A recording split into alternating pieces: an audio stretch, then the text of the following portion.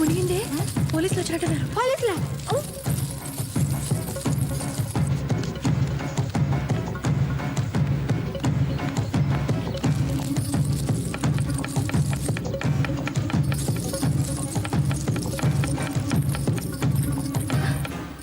ఏ ఈ నగలు జాగ్రత్త. అలాగే. ఆయన లెక్క పెట్టి మరీ నా చేతిలో పెట్టారు. సరే.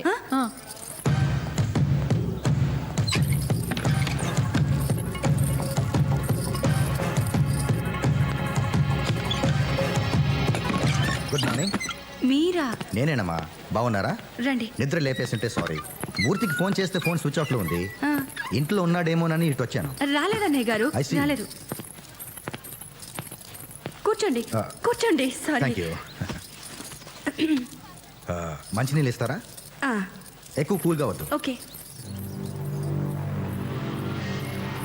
తీసుకోండి. Thank you. డిస్టర్బ్ చేశానా? చాలా. నీళ్లు చాలా అని అడుగుతున్నాను. చాలమ్మా.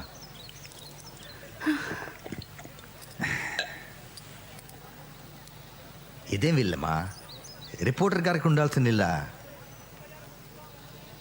సంపాదించమనండి అమ్మా. దీపం ఉండగానే చక్కదిద్దుకోవాలి. ఏం రిపోర్టరో ఏంటో. రిపోర్టర్లకు మాలాంటి పోలీసులు సపోర్టర్లుగా ఉన్నా మీ ఆయన పెద్దగా ఉపయోగించుకోవట్లేదు. మీరే చెప్పండి, నేను చెప్తే వింటారా? అన్నట్టు నిన్న రాత్రి ట్రైన్ యాక్సిడెంట్ కవరేజ్కి వెళ్ళాడుగా మూర్తి. ఏమైనా సంపాదించి తెచ్చాడా? అదే నగలు, బంగారం, సూట్ కేసులు ఏమీ తీసుకురాలేదా? మీరేమంటున్నారో నాకు అస్సలు అర్థం కావట్లేదు అన్నయ్య గారు. ఉత్తినేనమ్మా, జోకు. నిన్న రాత్రి ట్రైన్లో చాలా మంది చేతికి అందింది పట్టుకుని పారిపోయారు. మీ పేపర్లోనే చదివాను. అఫ్కోర్స్ మన మూర్తి అంత పనుడు కాదులే, అందుకే జోక్ చేశాను. ఏం లేదమ్మా, యాక్సిడెంట్ గురించి పెద్ద పెద్ద వాళ్ళ దగ్గర నుంచి మా డిపార్ట్మెంట్లో పెద్ద పెద్ద వాళ్ళకి ఫోన్లు వచ్చాయి. మామూలు మనుషులకి తెలియంది ఏదో జరిగింది. అందుకే నాకేదో అనుమానంగా ఉంది. మూర్తికి ఏమైనా ఉప్పందిందేమోనని తెలుసుకోవడానికి వచ్చాను. నీ కాంటాక్ట్లోకి వస్తే నాకు ఒకసారి ఫోన్ చేయమని చెప్పు. వస్తానమ్మా. బై ద వే, మీరిద్దరూ రోజు మా ఇంటికి భోజనానికి రావాలి. డెఫినెట్గా వస్తాం. ఓకే. ఎవరే? వాడేనే, సూర్యరెడ్డి. లంచ్ కొంట వెదవా. అందరూ వీళ్ళనే ఉంటారా? పోలీసు ఓడయ్యుండి అన్ని దొంగ బుద్ధులే. అవునే బాబు, నాకు కూడా వాడంటే ఒళ్ళు మంట. సర్లేవే, ఇప్పుడు వాడి సంగతి మనకెందుకు. ఏయ్, నీ నగలన్నీ అలాగే ఉంచేసానే, నేనేం తీసుకోలేదు. నేను హెల్ప్ చేయనా? చక్కగా ఉన్నావు. నేను ఇది ఒకసారి పెట్టుకోనా? ఓకే.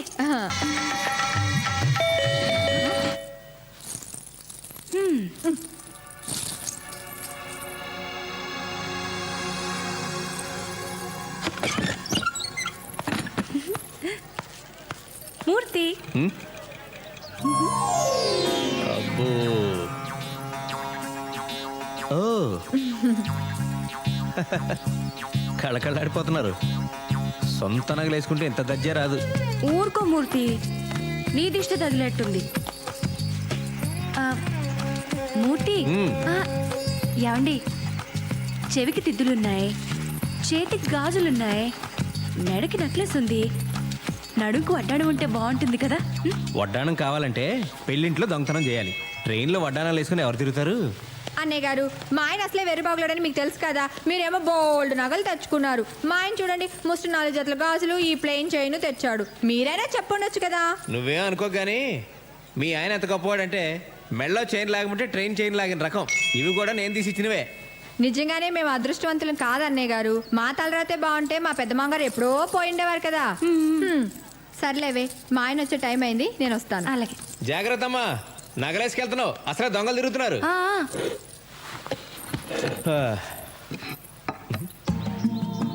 వడ్డించవే, ఆకలేస్తుంది.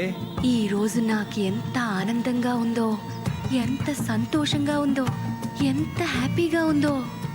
రోజు వంట చేస్తే ఆయాసం వచ్చేది. ఇన్ని నగలేసుకున్నా ఒళ్ళెంత తేలిగ్గా ఉందో. ఈ బంగారు నగలు అస్సలు బరువే ఉండవండి. దరిద్రపు కొట్టు మంచినీళ్ళు బిందె ఎంత బరువు ఉంటుందో. అన్నట్టు సూర్యరెడ్డి గారు వచ్చారు. మిమ్మల్ని ఫోన్ చేయమని చెప్పారు.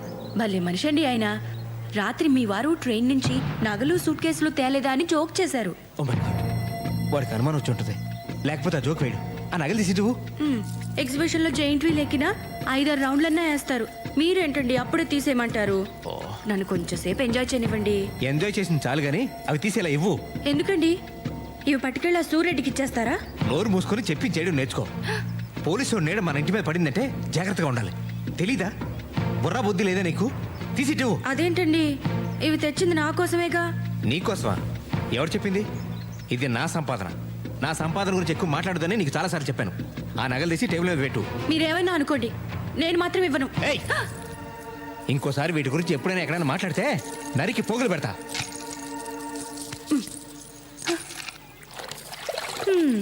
కొట్టుకొచ్చిన వస్తువులకు కూడా కొన్నంత బిల్డప్. శోభనం రాత్రి నేను చిటికెడంత బరువు కూడా మొయ్యనివ్వను అని ప్రామిస్ చేస్తే ఏమో అనుకున్నాను గాని ఒంటి మీద 1 గ్రామ్ బంగారం కూడా మొయ్యనివ్వడని ఇప్పుడు అర్థమైంది. ఈయనేమన్నా నన్ను ఫ్రీగా పెళ్లి చేసుకున్నాడా? మా వాళ్ళు నాకు 10 లక్షల కట్నం ఇచ్చారు. కనీసం ఆ డబ్బులోంచి కొంత ఖర్చు పెట్టి పని మనిషినైనా పెట్టచ్చుగా. మీరేం చేస్తుంటారండి? నేను హౌస్ వైఫ్ నండి. మీరేం చదువుకున్నారు? నేను హౌస్ వైఫ్నే తల్లి. ఉత్తి పుణ్యానికి ఇంటి చాకరీ చేసే ఆడాళ్ళకి హౌస్ వైఫ్ అని అందమైన పేరు పెట్టి సచ్చినాడు. చూసుకుంటారు. మా ఆయన నన్ను చూడకుండా 1 నిమిషం కూడా ఉండలేరండి. ఏం తల్లి, మీ ఆయన అంత అనుమానం మొగుడా? షీలో హీ, మేడంలో యాడమ్, ఉమెన్ లో మ్యాన్, పదాల్లో కూడా కాపలా ఉండాలా ఈ మగాళ్ళు? ఈ మగాళ్ళందరినీ మా ఆయన నన్ను చాలా బాగా చూసుకుంటారండి. ఆ సంగతి నీ ఒంటి మీద నగలు చూస్తుంటేనే అర్థమవుతుంది. మా ఆయన ఉన్నాడు. ఎందుకు?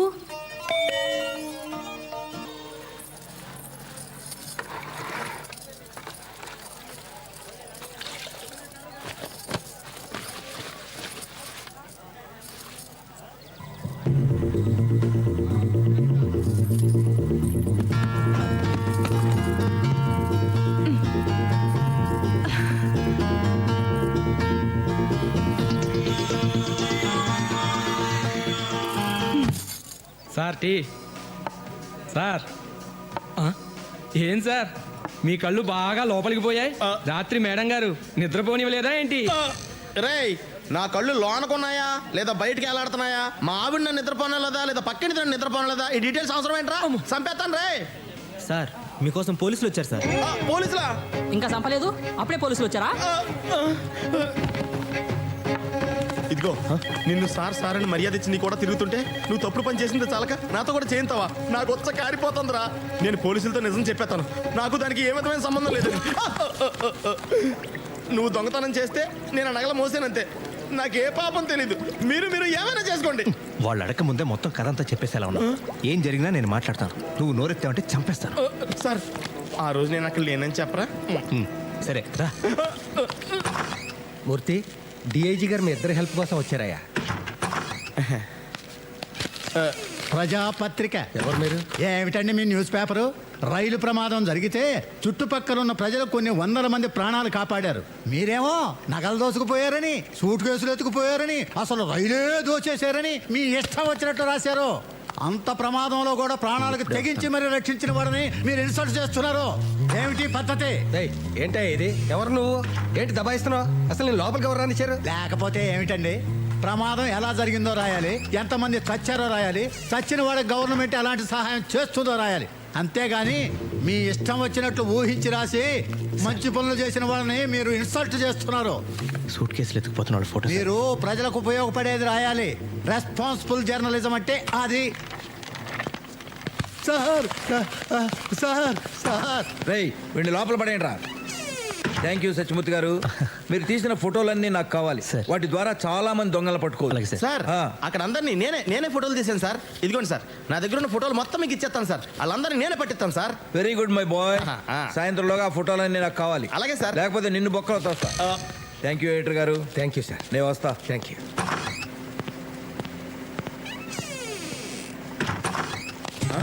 మీ ఇద్దరితో కొంచెం మాట్లాడాలి. ఆఫ్టర్ ఆల్ ఆ ఫోటోల కోసం ఒక డిఐజీ లెవెల్ ఆఫీసర్ స్వయంగా ఎందుకు వచ్చాడో ఆలోచించారా? కదా మాకు ఆలోచన రాలేదు సార్. రాదు, వస్తే మీరు ఎడిటర్లు అయిపోతారు కదా.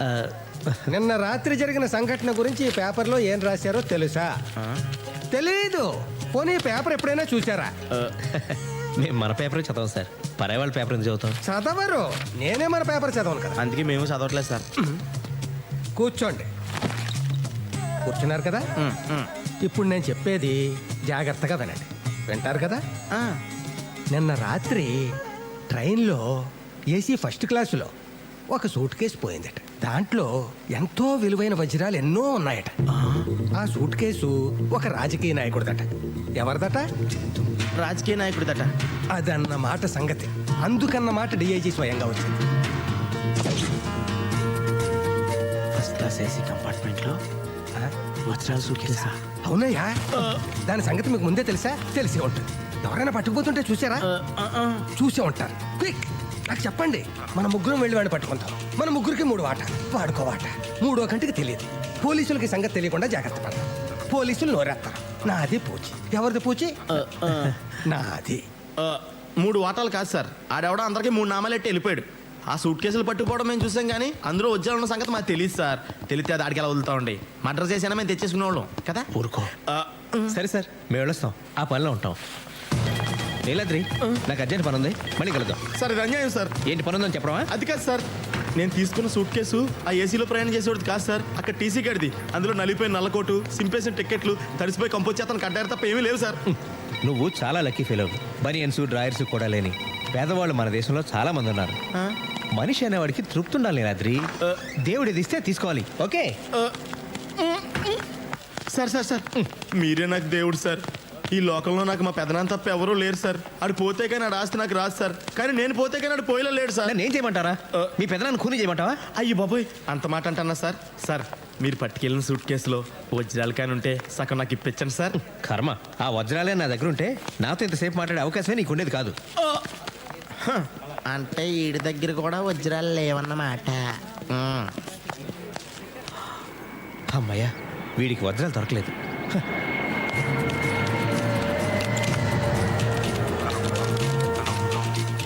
దేవుడా, ఆ వజ్రాలు ఖచ్చితంగా నా సూట్ కేసులోనే ఉండేలా చూడు స్వామి.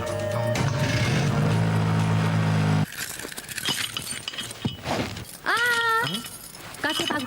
ఏంటమ్మా, రైతు పగలు కొడతారా ఏంటి? అయితే నేనెందుకు? నువ్వు ఉండవయ్యా.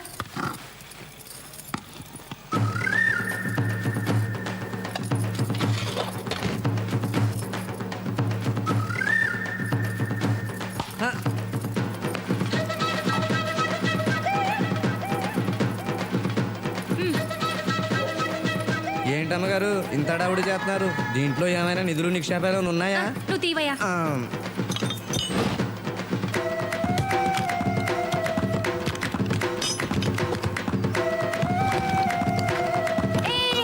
తెరవకు. లాక్ తీయమన్నారు, తీసేసావు. అంతవరకే. ఇదిగో 50 రూపాయలు. ఏంటమ్మా, ఇంత ఖరీదైన సూట్ కేసు పాడవకుండా తీసినందుకు కనీసం 200 తీసుకోవాలి. 200? ఇంకా నయ్యం. 2000 అన్నావు కాదు. ఇదిగో 100. ఆ 50 ఏంటి? ఇంకా మాట్లాడుకో. వెళ్ళిపో. వెళ్ళమన్నానా?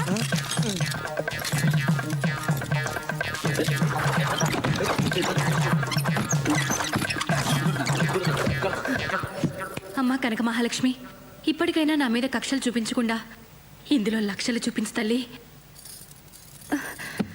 ఓం శ్రీ మహాలక్ష్మి నమః. ధిం ధిమి ధిం ధిమి ధిం ధిమి ధిం ధిమి దుందుభినాద సుపూర్ణమయే ఘుమ ఘుమ ఘుం ఘుమ ఘుం ఘుమ ఘుం ఘుమ శంఖనాద.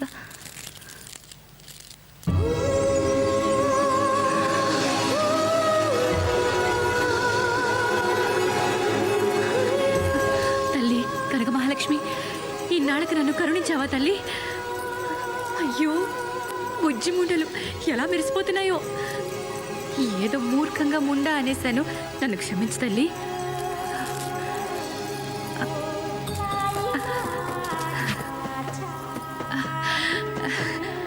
ఆయన వీటిని చూసి ఎంత మురిసిపోతారో.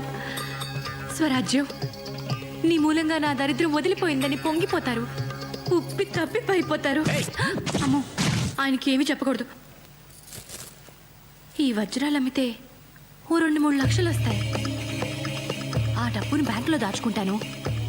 ఆయనకి తెలిస్తే మళ్ళీ ఇవి కూడా లాగేసుకుంటారు. నీకు తెలియదే ఉంది తల్లి, కలికాలం డబ్బు మొగుడు పెళ్ళాన్ని కూడా విడదీస్తుంది. ఈ తప్పుకు నన్ను క్షమించు తల్లి. పిలిచావా తల్లి? ఓ.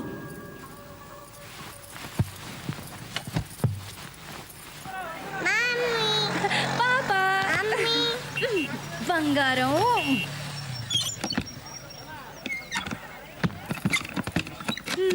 నా బంగారు కొండ, నా వజ్రాల మూట.